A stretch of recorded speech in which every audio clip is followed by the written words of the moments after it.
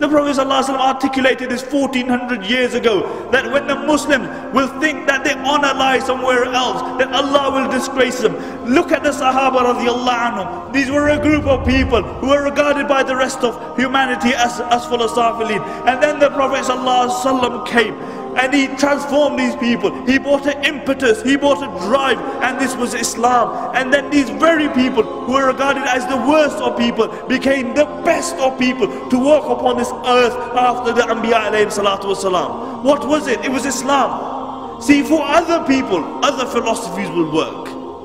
For other people, other ideologies will work. But for the Muslims, nothing besides Islam will work. Because this is ummah regarding what the Prophet Allah subhanahu wa ta'ala articulates in the Quran. كُنْتُمْ خَيْرَ أُمَّةٍ أُخْرِجَتْ لِلنَّاسِ تَأْمَرُونَ بِالْمَعْرُوفِ وَتَنْهَوْنَ عَنِ الْمُنْكَرِ. That you are the best of creation. You are taken out for mankind. Now, if you think that your Israelites in some other philosophy and ideology, you're deluded. The only time the Muslims had respect were when they held on to the deen of Allah subhanahu wa ta'ala. Look at history. And then when they turned away from the deen of Allah subhanahu wa ta'ala, Allah turned away from them. And this is why we find ourselves in the decadence that we do today.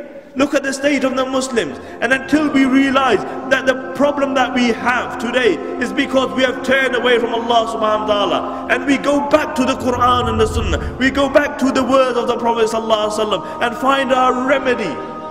But the problem is that we look for remedies everywhere else other than where we should. And this is why we're in a sick state. Aren't we sick today? Aren't the minds of the youth confused? What should we hold on to? Aren't the hearts sick?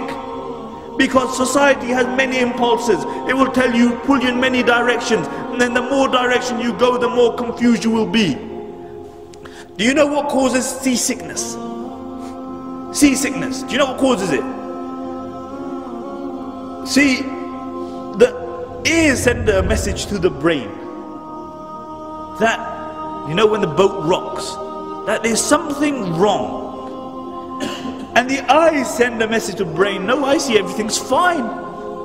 So you have two confusing messages going to the brain. And as a consequence, you feel sick, you vomit. You feel sick. And this is why today you will find that the Muslim Ummah is sick, because we are pulled in so many directions. The minds are sick, the hearts are sick, the brains are confused. And the only thing which remedies seasickness is what? That when you come up to the top deck and you look at something which is totally straight, like the horizon, then all the confusion is removed.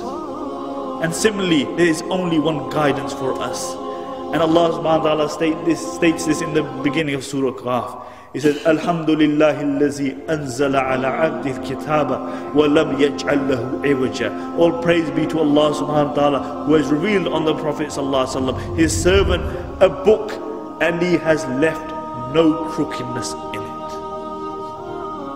And until we return to a book which has no crookedness, we will remain in the confusion that we find ourselves in today.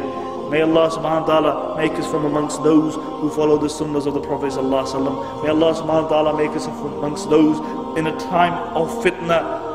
Go back to the book of Allah subhanahu wa ta'ala. May Allah subhanahu wa ta'ala keep us united in this dunya. And may Allah subhanahu wa ta'ala reunite us in Jannatul Firdaus. Subhanakallah wa bihamdika nashhadu an la ilaha illa anta wa nastaghfiruka.